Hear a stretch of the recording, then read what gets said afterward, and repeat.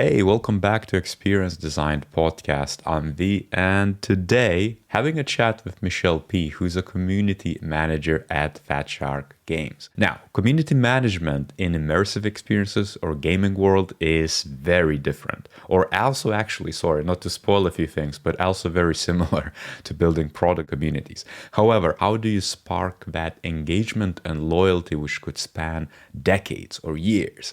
Like, how do you actually design the products in these immersive experiences which effectively extend the life of a person, right? Like it becomes like an extra life to live on, and how important are the communities there. So there's going to be a lot of learnings which any product or service design or, just generally tech leader can take away. If you enjoy this episode, make sure to share it. It certainly helps. And without further ado, do enjoy it. So let's jump into it. How did you end up with game communities? And because I guess you started as and still are a brilliant UX designer, but gaming community seems like a foreign world for a lot of people, especially like community management. But like, what was your journey like? I don't know about brilliant, but I'm definitely of the subset of designers that started when web design was the thing, So that evolution. But I started in communities.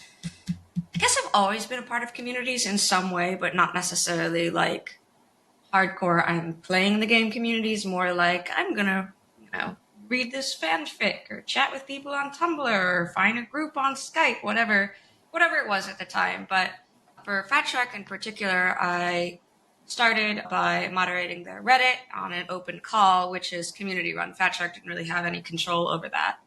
Got selected as a moderator and started interacting with the communities, other communities there a little bit more, and people just started handing me moderator privileges and stuff like that. Somehow I started handling subreddits and discords and forums and all this kind of stuff. And it just kind of steamrolled from there. I, organized events and tournaments and stuff just because I like seeing people get excited about things. I like seeing people be passionate about things. And then a position opened up at Fatshark. At the time, I knew the community manager who was working there and applied and got the position. There was even my cover letter explaining that I do UX as a community manager. A large part of your job is combing through all that feedback that gets posted on your platforms and reporting that back to the developers. And having a UX background kind of allows you to approach it with a little bit of a different eye, in a way that, okay, this isn't just community sentiment or whatever, but this is in its own way research and how users, for lack of a better term, are perceiving your game in a way that you don't necessarily formally ask for. That's kind of the beauty of a gaming community. They just do it on their own. They're very keen on telling you when they like something and when they don't like something. And what more could UX research want, right? Mm-hmm. Instead of poking at them, tell me what you like, please. No, don't be nice. Tell me what you like. They just do it, So yeah. Is there it's very interesting. Is there like a unique angle to the feedback you get in, those immersive experience communities as a UXer in particular? And I'm guessing UX research maybe is much more prominent in like web experiences or like, standard product design, but like, how does that kind of gel? Okay, so kind of a two-pronged question. I'm going to start with how it's different. So it depends on the maturity of your company. Gaming studios are, I'm sure someone in the industry is going to like slap my hand. No, that's not true anymore. But in general, gaming industries are kind of split into like three different areas. You have the big studios, which are known as AAA studios, right? So that's like BioWare, Ubisoft, Electronic Arts, giant studios. Usually they have multiple IPs. And then you have, small indie studios. I don't think I've ever heard them called single A studios, but usually when you say indie, people perceive that as it's a small kind of studio doing its own thing. It's not owned by anyone. Indie companies can be huge. It's just not common. By the time your game gets popular and running, usually you are picked up by a holding company, basically. But independent, generally, in the context we use it, means it's usually starting out, or it's small, and the boss is no one but themselves. They report only to themselves. Generally small is generally how it's perceived. And then you have the less spoken about AA studio. I've seen it called AA sometimes, but this is your mid-sized studio. They may or may not be independent, and they're somewhere in between the two. I work at a mid-sized studio. I work at a AA studio. We're about 200-ish employees or something like that. And depending on how large your studio is can be how mature it is, right? Because you can't have a large number of employees without the successful revenue to support that amount of employees, right? So generally, larger studios will be more likely to segment UX out. This is UX, this is UI, this is research. And they'll have their like own research studios. Sometimes they're set up like a living room or like this with a nice TV and a nice setup and that two-way mirror. And they'll just be like, I believe I've seen it used as use the jetpack, jump with the jetpack, just, stuff like that. Of no really context outside of use this thing and try to do that. And then they'll watch and stuff like that. It really depends on that. So that's a more formalized play test. A to AA, or excuse me, indie to AA is kind of variable. Sometimes they will have their own UX researchers. Sometimes it is a UX designer. And when I say that, gaming as an industry is still a little bit in the UX equals UI mindset. Mm-hmm. So a lot of the time UX designers work specifically on the user interface and designing that and that interaction. Game design is somewhat of a little bit of a related but separate discipline that's splintered out into all these things. But they might double dip into UX research, or sometimes they're like, oh my gosh, I'm so busy working on the interface, someone else needs to do it. And sometimes that can land on the community manager or stuff like that. And then they'll help facilitate play tests and stuff like that. That's also very common. So that's how it's a little bit different. Maturity, like tech, is a little bit variable, but it is more common to see UX is user interface. That's also quite similar too, because as you were explaining this, what ran through my mind was, it sounds like a lot of startups, or it sounds like a lot of scale ups or mid-sized companies, or like very large big tech enterprises who have resources or talent basically to do like proper research, right? In a way, it is like that. Yeah. I mean, you think about it, how many people or small studios start with a game that doesn't go anywhere, and how many make it big? Mm-hmm. So in a way, it is very much the same. Yeah. But I guess the community itself is nothing like that, right? Like it's, as you mentioned before, it's a lot of loud people, but like, since you worked in both worlds, I guess. Yeah. What was the learnings when you started with, gamers as loud voices? So one of the things as a community manager that all community managers will tell you is even the most vicious, awful comment, so long as it's not like your face is ugly, I never want to see it again, that's useless, right? But even the most vicious feedback that at first glance would be not useful, like your game sucks, die in a fire, I hate it, I can't believe I paid, $40, $60 for it.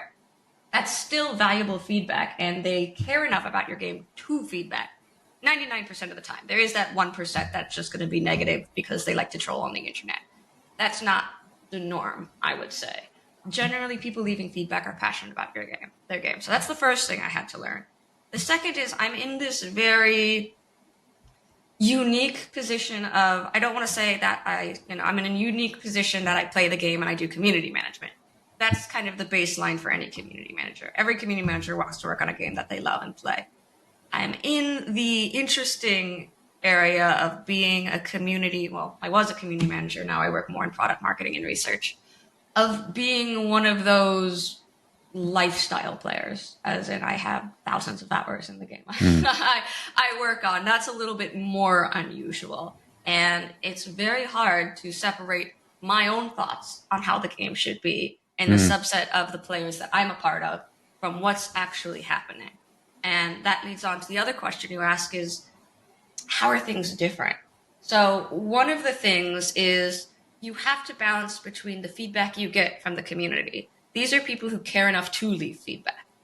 What percentage of players that is, you will never actually know, And then balancing that feedback with what you see, or rather in this case, the data analyst sees of, hey, community says they don't like this map because the events are too hard. And then seeing in the data analyst area, we have our own dashboard that we can see stats in the back end that we can track, win rates, career picks, level completions, what difficulties are played, all that kind of data, and seeing what links up, because those are everyone who plays your game, most of which are not leaving feedback. They go in, they play games, they leave. Yay, I bought a game, A game did what I was supposed to do. I had fun with my friends. And then seeing, okay, are the levels that we're seeing in qualitative feedback making sense in quantitative feedback? I'm going to use a very extreme example that's not quite UX, but it gives a kind of a good idea of the link up.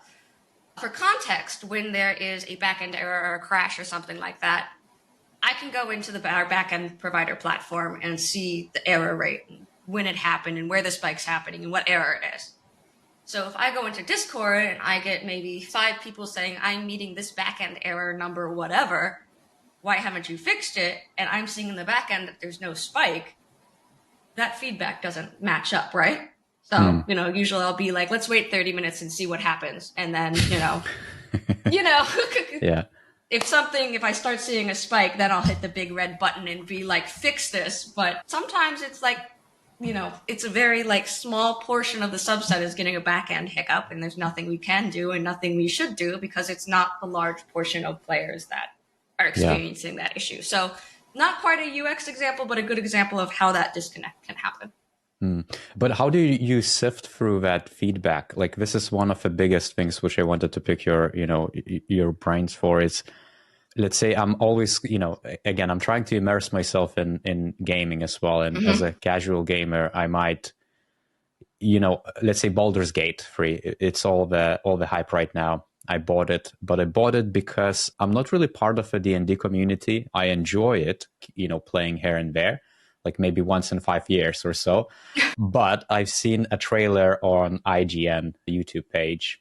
I've seen a lot of reviews on Reddit, just randomly, basically. So it's kind of like the community signals bled outside towards people who might kind of engage with the title itself.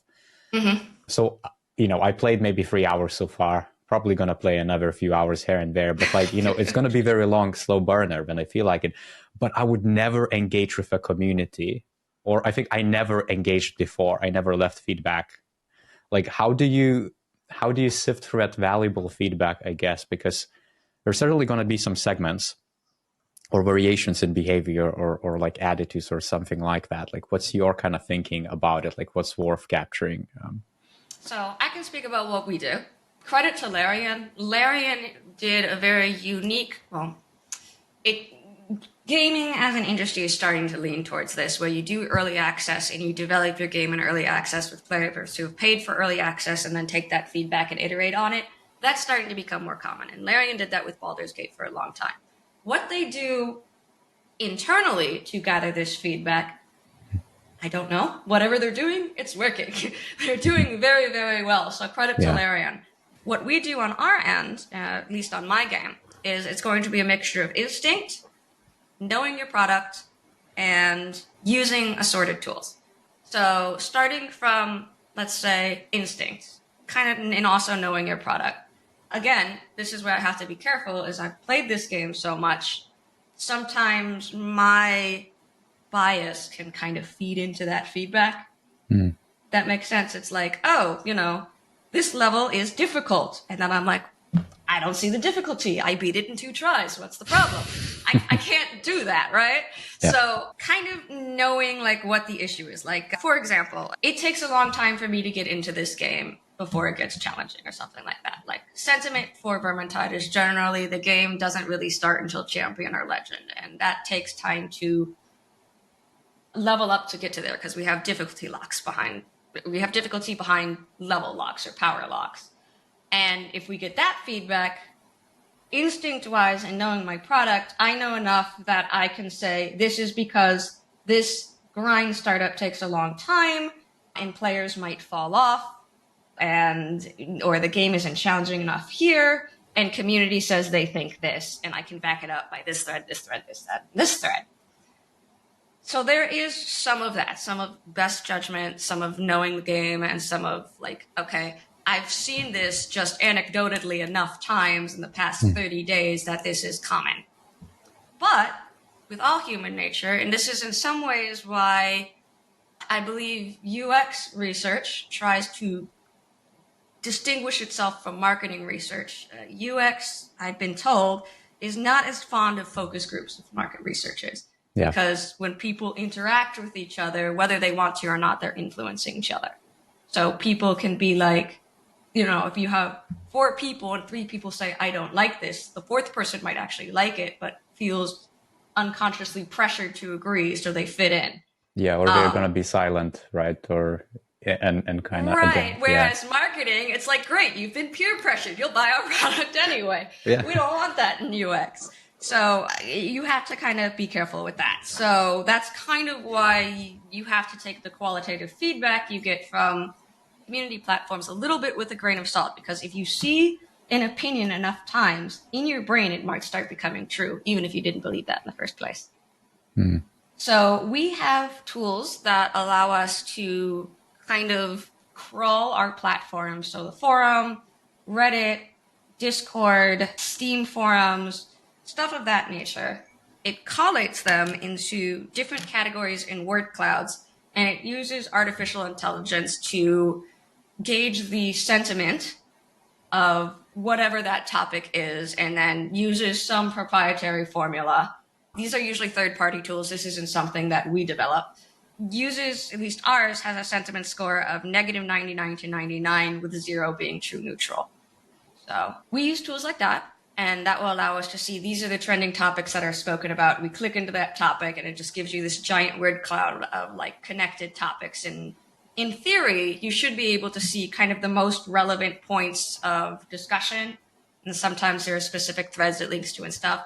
Sometimes it's a little hit or miss, and this is also where you have to use your instinct and best judgment, because AI is still developing. And I would say one of the big things about AI is reading tone. Yeah. You know, it doesn't know you're being sarcastic, right? In Reddit. So someone could be like, yeah, this is really helpful. And they'll be like, that's great. But in the context, it's actually, you know, they're actually saying something's not helpful at all.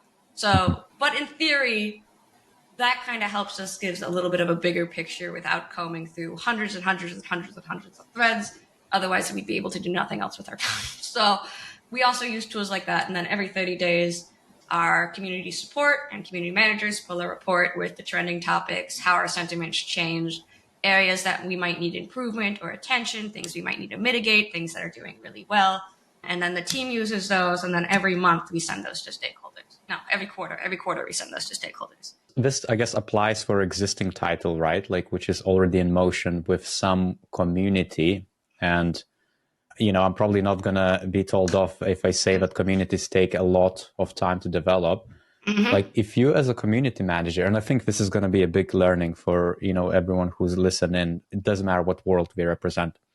But if you were to start to create a community, like, what would be your approach, I guess? Like, what strategy would you take? Because to me, it's would be so, not to go back to the marketing, would be so heavily marketing influenced. But what are your thoughts? Well, in some ways, we haven't, and this isn't just industry, this is in general, any, I would say technology, not even technology, any product that wants a community around it, this falls under marketing. We still haven't really gotten community outside of the marketing and communications umbrella. Yeah. When in reality, it's kind of straddles between marketing, communications, and UX, I would say. Yeah, and it probably you wouldn't want to decouple it anyways, right? Like if it works and the community is heard.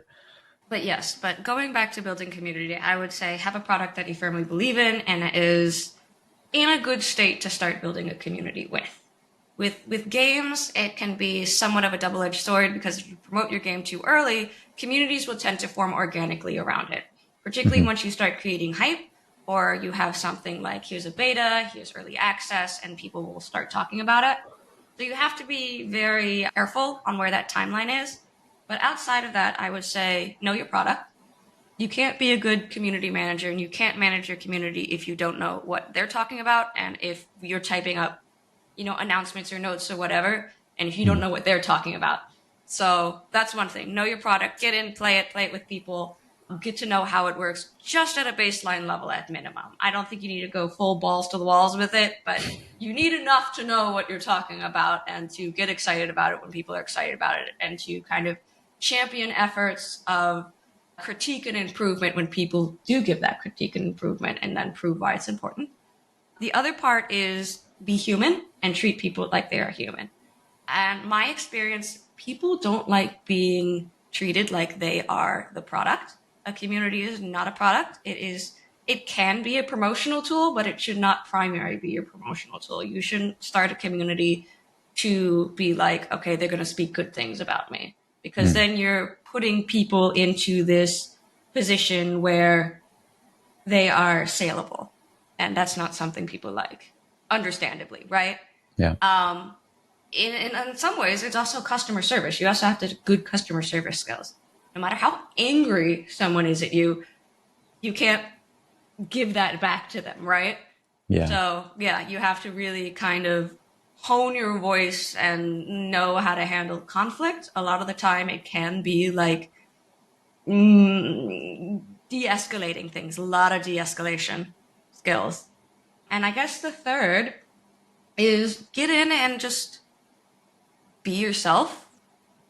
And I say this as in, like, you don't want to be that community manager who comes in, posts something, and they're never seen again until the next update.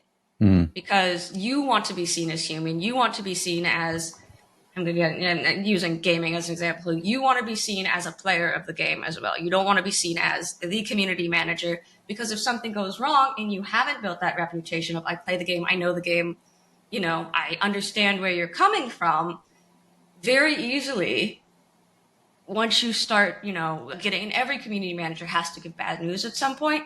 If you don't have that reputation and you don't have your tone of voice and you don't frame it well, you can come across as just a public relations piece, basically.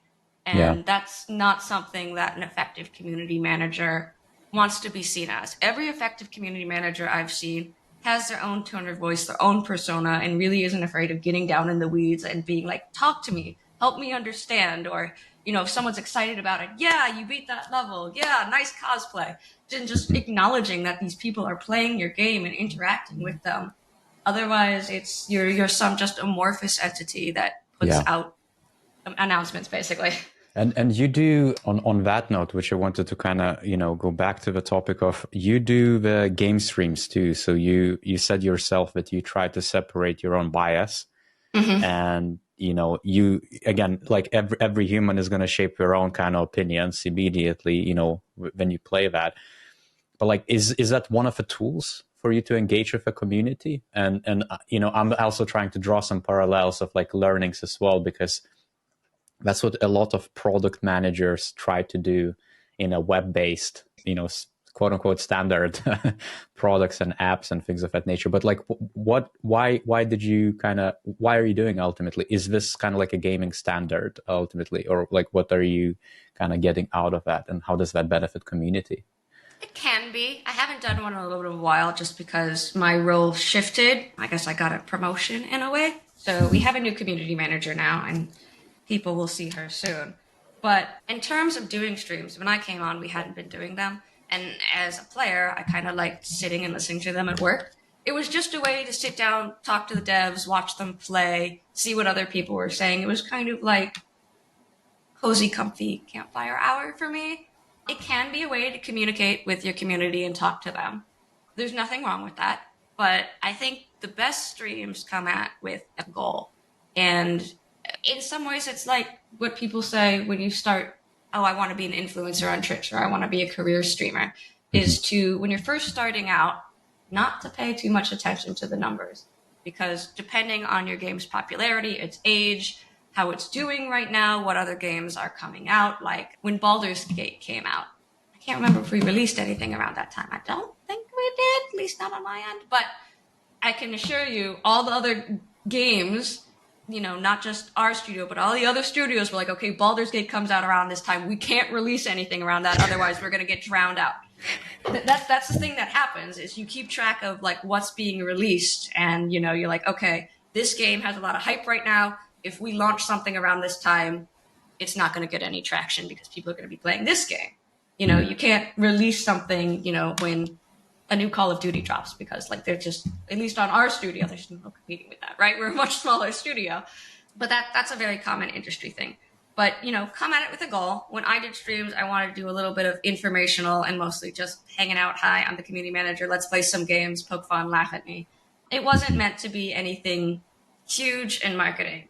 For some studios, it can be. I think a studio that does these really well is Ubisoft, For Honor, where they did Warrior's Den. And I've watched that since launch. I played a little bit of it. And I've watched Warrior's Den evolve from this tiny little thing to, large production scale things to having their own studio and stuff like that for it. And it still gets a pretty good turnout. And they have a mixture of, hey, look, community memes. Here's fan art. Here's our developers talking about stuff. Here's some things we're talking about upcoming. Here's some fight battles that we want to highlight, and we thought they were cool. Here's some new execution. So they have a good mixture of everything in there. I think the downside with streams is sometimes you have periods where there's just nothing to talk about. So that's why a lot of studios will do just these hang out with community managers and play with us social hour streams for people who do like that. But for the news streams, it can be a lot of pressure. If you're doing a stream and people are unhappy, you're going to be hit with hundreds of questions and comments of people who are unhappy, and you may or may not be able to answer them. And that puts you under the gun. So you have to be kind of prepared depending on where your game is and where community sentiment is and what your plan is. So it's all quite strategic, right, in terms of how you approach that and where. But do you, I guess, yourself, you mentioned that this is, I guess, and I what I got from it is that it's kind of necessary, I guess, if you want to kind of manage communities or, engage with communities to have a bit of skin in a game. And maybe I'm oversimplifying, but is it something like which for example, myself, in any given UX project, if it's a brand new thing, I'm just going to read blog posts. I'm going to, use the product as is. I'm going to try to engage with communities of people who might be doing the same jobs as the users. I'm just going to basically, intentionally drown myself in noise and signals and information about the subject matter. Is it kind of the same here, or? It depends. Like all answers in community management, it depends. When I started this, my partner plays a lot of CSGO. And I remember being like, I don't know, I feel a lot of pressure. And he's like, you could be the community manager of CSGO. And I'm like, do they have one? He was like, none I've seen. Okay. But it's a successful game, right? So it depends. It depends on what the community manager wants to do and what your goals are.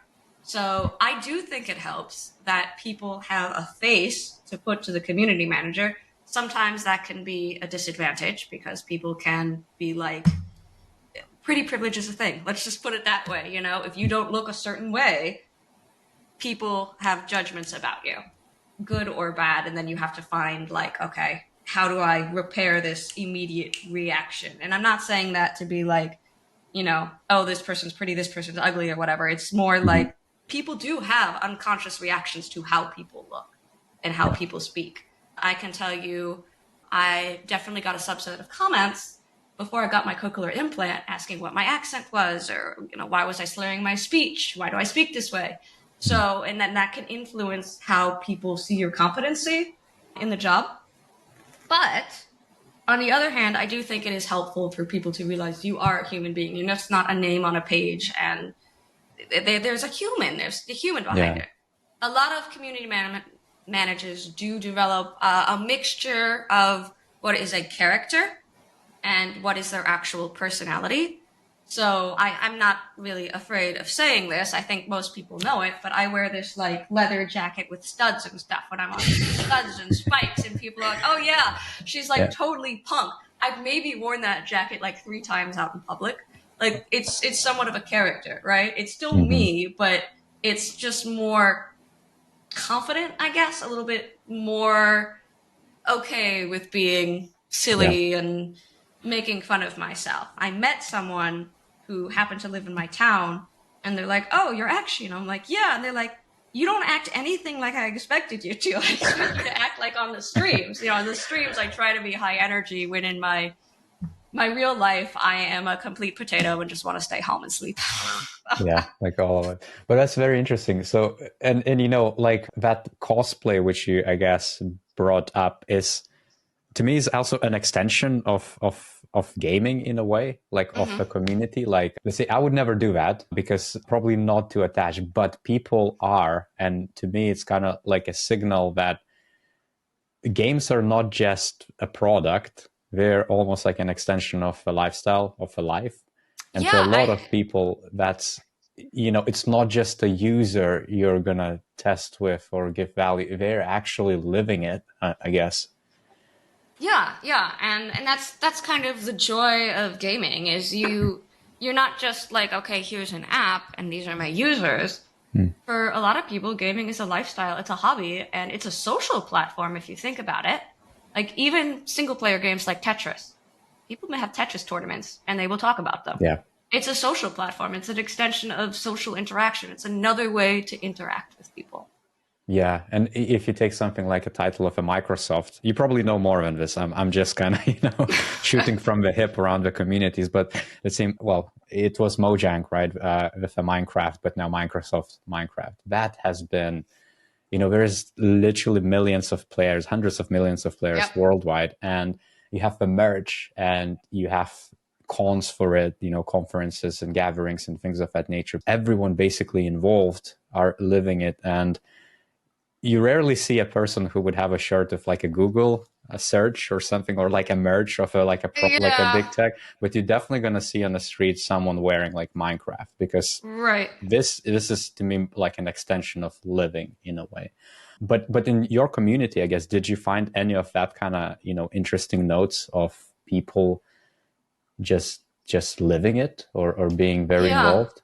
There's almost like, I wish I could like find a graph that proved this, but sometimes the more hours you play, the lower your sentiment about the game is going to be, because you're like so wedged into it, versus like You mean the more negative the sentiment is? sometimes, yeah. They're the first to get excited, but they're also the first to tell you they're unhappy about something, or, you know, I'm tired of this gameplay loop, and they'll leave a negative review. And it says, and Steam tells you how many hours they have, and it'll be like 5,000 hours in game. And it'll be like, I want to stop playing this. I hate it. But they're still playing it, and it'll be like, last played 2 days ago. And it's like, okay. Because you get so tied into it, you're more likely to see the flaws. It's kind of like looking at your own face, right? You know, it's like, oh, I have this freckle that I don't like. And your friend goes, what freckle? You know? Yeah. So the more they're more critical of seeing things. And sometimes it becomes such a part of, you're not just like you like playing the game, but your friends are playing it. So it goes back to it being a social platform. Maybe you're burned out on the game, but your friends are still playing it every day and you want to hang out with your friends. So disconnecting that can be very difficult, because it's good for people to take breaks from the game. And I tell people this in their post, you know, when they post something, I'm like, I think you just need to take a little bit of a break, come back, nothing bad's going to happen. But it's like, hey, stop texting your friends, you know? That's people's way of socializing and interacting with people, or, you know, whatever else area it fills and brings joy into their life. So once you're at a certain threshold, it can be very hard to disconnect, and that can change your feedback a little bit. That's not necessarily bad feedback. It's not useless feedback. It's just, you kind of have to look at certain feedback in context. Interesting. And if you compare that with, let's say, product adoption, people, if they're just going to use your app or your tool in like web experiences, if they don't like it, you might leave a review if they're very invested into it, like time or you know, money, or they have Yeah. no choice. They might have a license, like with, let's say, Adobe Suite. Yeah, I was That's thinking where, of Adobe, where it's like two things happen. Wow, I hate this new pricing model Adobe's done. You either use it because work forces you to, or you move to something like GIMP. So, you know, in gaming, it can be that way. It really depends how many competitors are in your area. Like something like first person shooters, very hard area to get into because it's so saturated and there's so many competitors. So if someone doesn't like your first person shooter, they'll move on to something else. Versus Vermintide is in a very unique position that we do 4-player melee combat. We do have range aspects in it, but it's 4-player melee co-op. And I don't think it's an exaggeration to say there's not many studios that do melee like we do. We were known to have very satisfying, very high skill ceiling, always something to learn melee mechanics. So in some ways that sets Vermintide and Darktide in a very unique position that there aren't that many competitors in our area. But for other more saturated things, like, people who, I don't like Destiny, so I'm going to just play Warframe for a bit until Destiny figures something out or something like that. They'll just move to a different competitor or the next new game that helps satisfy that need.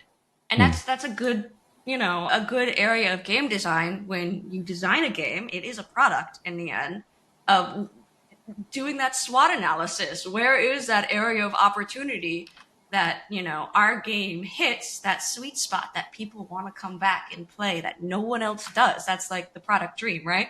And now I guess, we spend quite some time discussing about the communities, but what does a good community look like to you? A good community is a happy community. That makes your job easier as a community manager. It's much easier to engage with a happy community than a community that is upset. But outside of, hey, everyone's happy, people love what we're doing, they're sharing the game with their friends, they're representing at conventions through cosplay, they're making fan art, fanfic, they're just doing that whole word of mouth thing. More than that, you have a community that respects you as a studio and can give you feedback on a back and forth basis.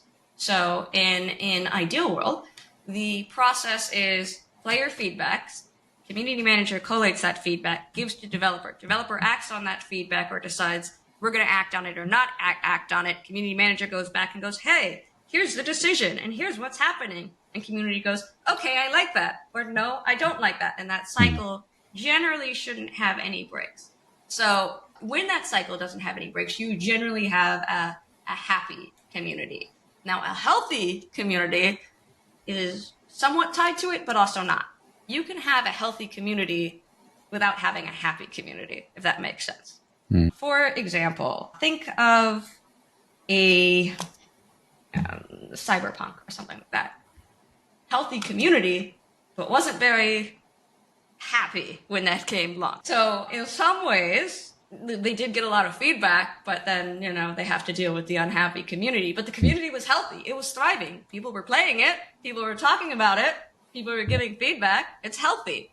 The thing that can make it difficult as a community manager when you're dealing with a healthy community that's not happy is trying to relay that information without people kind of stepping on you, if that makes sense. Because a lot of the time when studios course correct, it can be a little bit of experimentation, and this is in a middle ground of this is what players want, or how we perceive what players want, and what our game design intent is. And sometimes those don't always merge.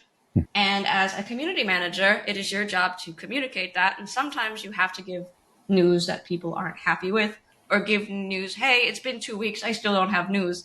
Just hold on, they're working on it. And if you have a healthy community that's not happy, and when I say that, a large enough community, it can lead to more negative sentiment because people aren't happy and they'll keep expressing displeasure until things get fixed. So in general, when we talk about healthy communities, we talk about large communities that are talking and spreading the word and playing the game, but also are happy with the game. Hey there, sorry to interrupt your listening. We ran into some technical issues while recording the first part of this video or session. Depends if you're listening or watching. But just in a few seconds, we're going to resume. So meanwhile, take a break, get some tea, get some coffee, and enjoy the rest of the show.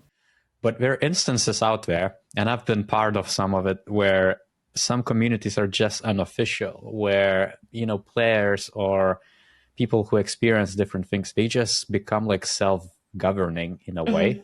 That's more common than you would think it would be. Some studios don't go out specifically to build a community, which is fine. Sometimes it totally works out to their advantage, you know? There's nothing wrong with that. And as I said, it goes back to those times where communities would build themselves because gaming companies didn't really have that immediate connection to interact with the community. You just put out the product and the community would build itself, you know, whether through I've created a cheat guide or here's a strategy guide and sharing tips and tricks. That's like old school kind of stuff.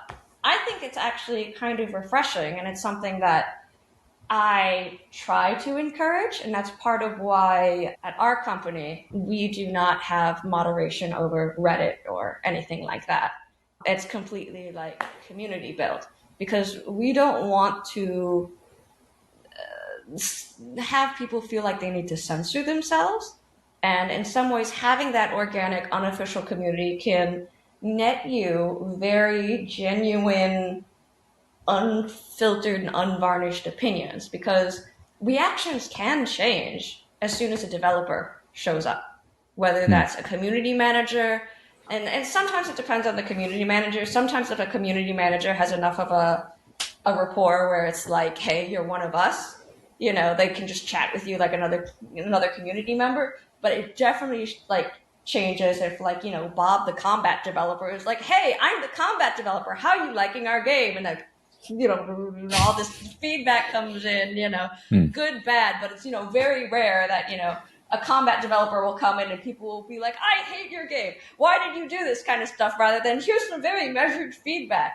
And it's very, you have to be kind of careful, because people's personalities will change. Not necessarily of this is how I, you know, not necessarily, oh, this bad thing is now good. Is I'm trying to figure out how to describe it. It's like they're filtering themselves. That's what it is. Sometimes you get a more genuine understanding if you watch someone play and they're screaming CDs over their mic because they can't finish something or they can't beat this level, versus, you know, developers that are like, oh man, we didn't finish it, better luck next time, you know? You don't get that genuine, I'm really frustrated and this is upsetting me kind of understanding. But to me, like, it's so many things which come out of a community as a very good, like a knock-on effect, like the loyalty, let's say, because if you have a community, then you can imagine if it's, you know, let's say Bob, and he's massive fan of his game or of his product, he lives it, he has merch, he has everything, he ultimately participates in the community. It's so much easier to launch something to those people, or you know how we, like, marketing 101 is like, oh, if you build a platform and a following, then you can sell anything, or you can introduce a product so much easier. I guess that there is some thinking in that too, right? I'm going to debate this, because it goes back to how well or how ingrained someone is. So, for example, we can always say that if you're in marketing or something like that, what's the saying? All press is good press, or something like that. So someone can absolutely dislike what you're doing, but because they're, you know, a core player and they're completionists, they buy your product anyway. Is that a success because you made money? You know, maybe from marketing it is, but from a development perspective, if they buy your product, but they're leaving a negative review because they don't like it, but they don't want, like, a hole in their game, so they have to complete the collection, that's not necessarily a success. And I actually find it's much harder for me as a community manager to, I don't want to say sell, but explain certain reasonings or positionings to someone who is a core player, because they've been there for so long and have a certain thought process of how they see this game that might be different from, you know, 80% of the demographic who plays on a weekend with their buddies. So I actually find it more difficult. They are the players that are more likely to feedback because they're so vested in the game, versus, you know, a lot of people will play this game and, like you said, I will play it, I will enjoy it, and I will move on with my day, or I'll play it and I don't enjoy it and I move on with my day. Yeah, but that's maybe because I'm probably not a true player, not a true gamer. See, people, it's like, it's, if you play games, you're a gamer, okay? Like, you don't Yeah, have to but be involved with the community in order to enjoy a game. I will tell you, I don't leave feedback on games because it's just not something that's like important to me. For me, I'm more like a word of mouth person. If I like a game, I want people to play. Yeah, but I'm yeah. not vested enough to leave, a Steam review of I didn't like this game or something like that. It's just like, I didn't like it. Okay, that's $20 down the tube or $60 down the tube, whatever. It'll just sit in my library. Prime example, what I wanted to kind of fire back Yeah. was that behaviors and attitudes, it's this simple behavioral science where it's like, which we use in UX anyways. I'm very used to, I guess, casual gaming, for lack of a better term, where my behaviors of how I interact with experiences are, I'm used to it. That's like, that's who I am. I know who I am. It's like, I'm going to use a product to complete something, to entertain myself, but it's very time boxed. It's never kind of like a part of life, if that makes sense. It's like task oriented. I just need to complete something. Granted, there's always exceptions to that. Like I had back in the day, let's say months of, MMORPG obsession. And then, WoW used to be a big title and everything else. Like you would just spend, like, that was basically extension of your life, but that isn't. But I feel like, as you were describing the things, like how you go and your appreciation for anyone absolutely gaming, that it's, it's good. It's almost like based off how you approach any other product. And that's where I feel like, not to make this like a very long essay, but if, let's say, if you're introducing a social network tomorrow or an app which is for sales, like a SaaS solution for sales or like marketing funnel, like random bits, right? You're likely targeting the users who are used to using stuff like that, so it's kind of like, but I guess with gaming, you're almost like, maybe unless you have the data, you don't know like how big is your target group. Like, Yes, you hit the nail on that exactly. And this is the problem this is like the kind of the overarching problem of when you give feedback as a community manager. As a community manager, the feedback you see are from the people who care enough to feedback, which is a smaller portion of the player base that are actually playing the game. How do you get the feedback on the people who aren't telling you anything? And that's the number one challenge of being a community manager. And some things, this is what you get challenged on, is players are saying this, and they're asked, okay, what percentage of players are saying this? Then you have to go in and figure it out. And sometimes the answer is, I don't know. Because how do you know? How do you know how many people are feedbacking if they're not feedbacking? So it's not like, in general product UX, you can run a test and user interview 5-7 people or something like that and be like, okay, this 7% is representative of this target and 20% had this outcome.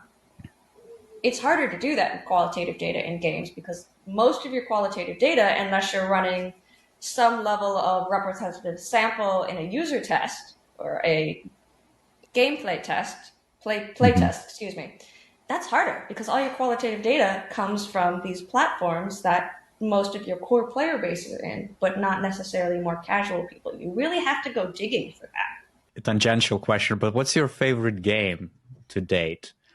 Outside of the game I work on? Yes, just to unbiased it. I wouldn't even say, it's unbiased, but like I just play Vermintide 2. That was the running joke in my company. Like, oh, what game are you playing this week? Like, don't ask her. She only plays Vermintide. But I would say right now, Baldur's Gate. I actually wasn't interested in playing it, and then my friend was like, hey, let's all play together. I didn't really play much D&D or anything like that. I just knew about Baldur's Gate because they were running early access for a long time. And so the game came out. I didn't play any early access, and I think even my partner was like, it's nice to see you play a different game, even though you're neglecting me for game one. I've always enjoyed that kind of like adventure RPG, branching options. I think it's really well done, and I think the way Larian has been handling a lot of their communications is really well done. Yeah. Maybe the hardcore players might feel it's a little different, but as someone who is, I wouldn't say I'm a casual player with how many hours I have in it right now, but I'm not feedbacking, I'm not really interacting with the community, but I see what they do with their communications of, hey, here's all the things that we fixed, and here's some fun little things, like this is the most this is what the character would look like in the character creator of like if we chose. Did you see that one? No, I haven't. Oh, No. they basically took the data from like the most common elements of people making custom characters.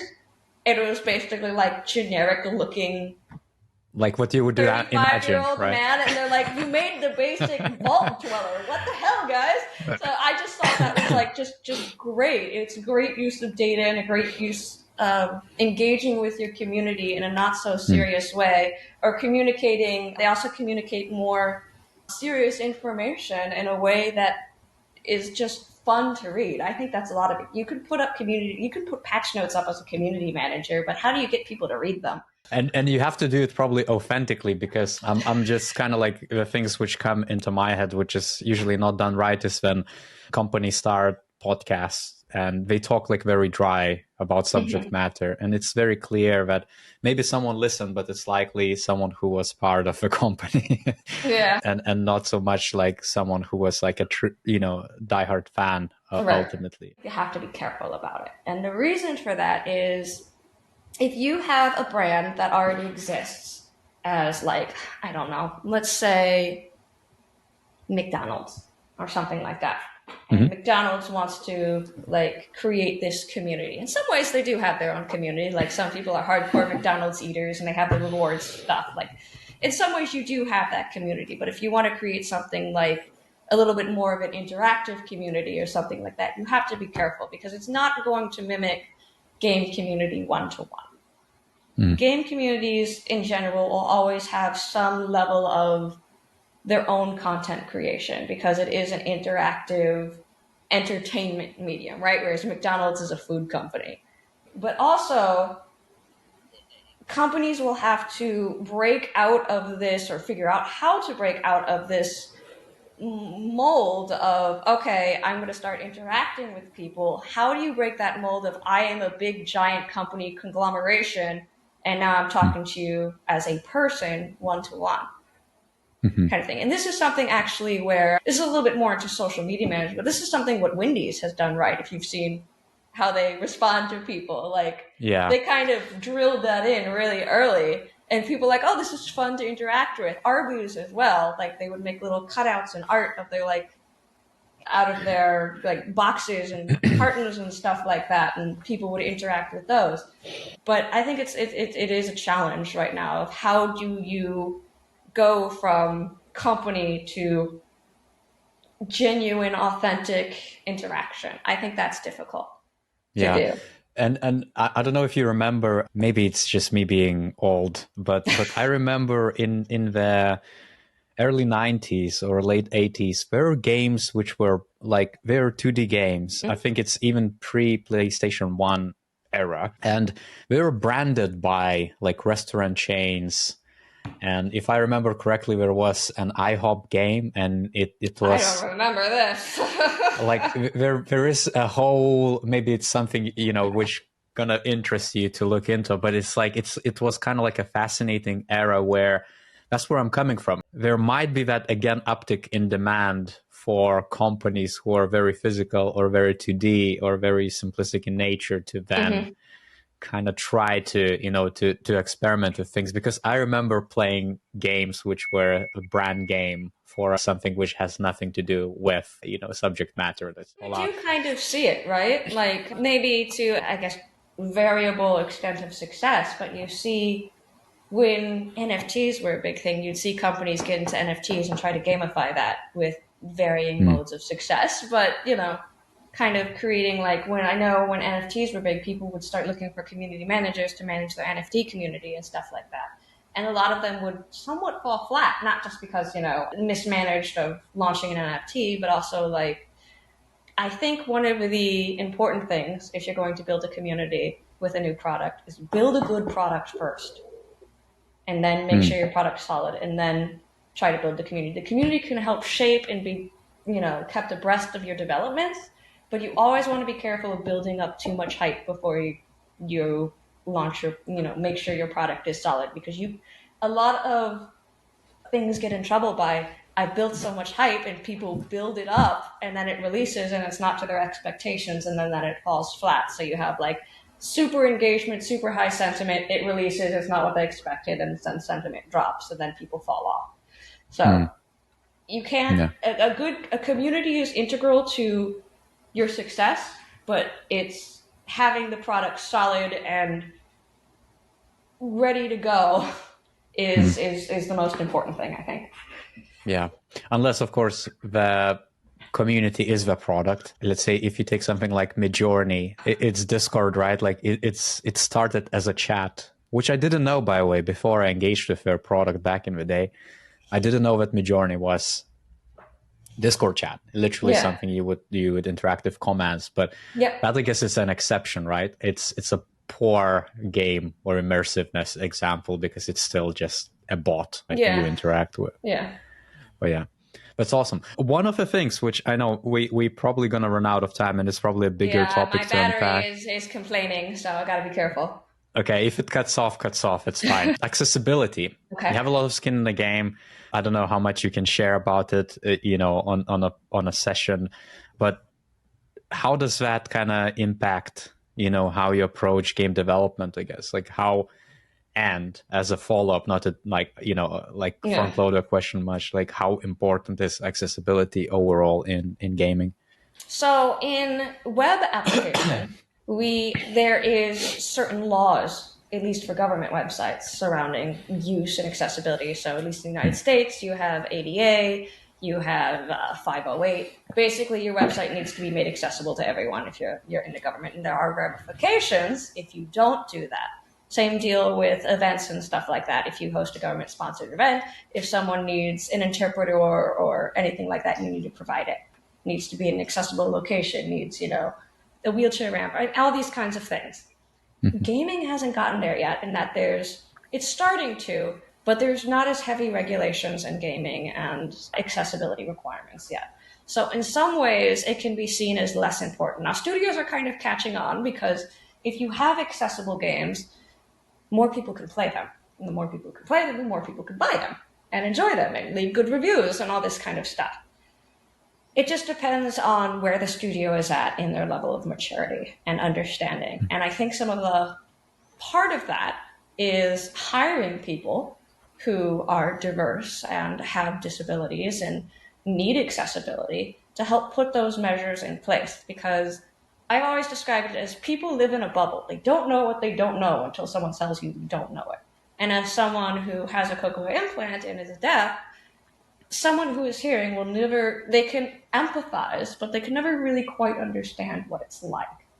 So having those people in your company, or at the very least playing your games and feedbacking and play testing them, is one of the best ways to kind of start getting people to understand. Because sometimes there's still a sentiment out there that this is a minority, and because it's a minority, we don't need to add to this. And this isn't just, me talking about any specific company. This is still somewhat of a general mindset.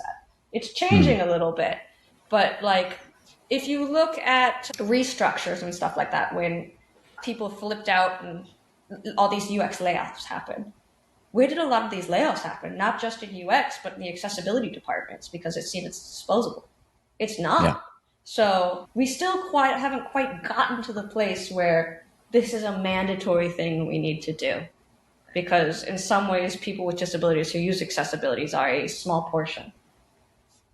Yeah, no, I definitely agree. And we probably maybe need to schedule another session. I have a video coming up on accessibility lawsuits in particular. And then picking up, there's thousands of them. I mean, if anything, that's going to be a big stick. I really appreciate you being here. Is there any one place where we can direct the viewers, the listeners of a session? I kind of try to keep a low profile, in social media outside of that. But if you're interested, go play our game. Go play Vermintide 2. We got new content coming out on October 19th. And I hope you guys enjoy it. Awesome. All right. Well, thanks, Michelle. All right. Thank you.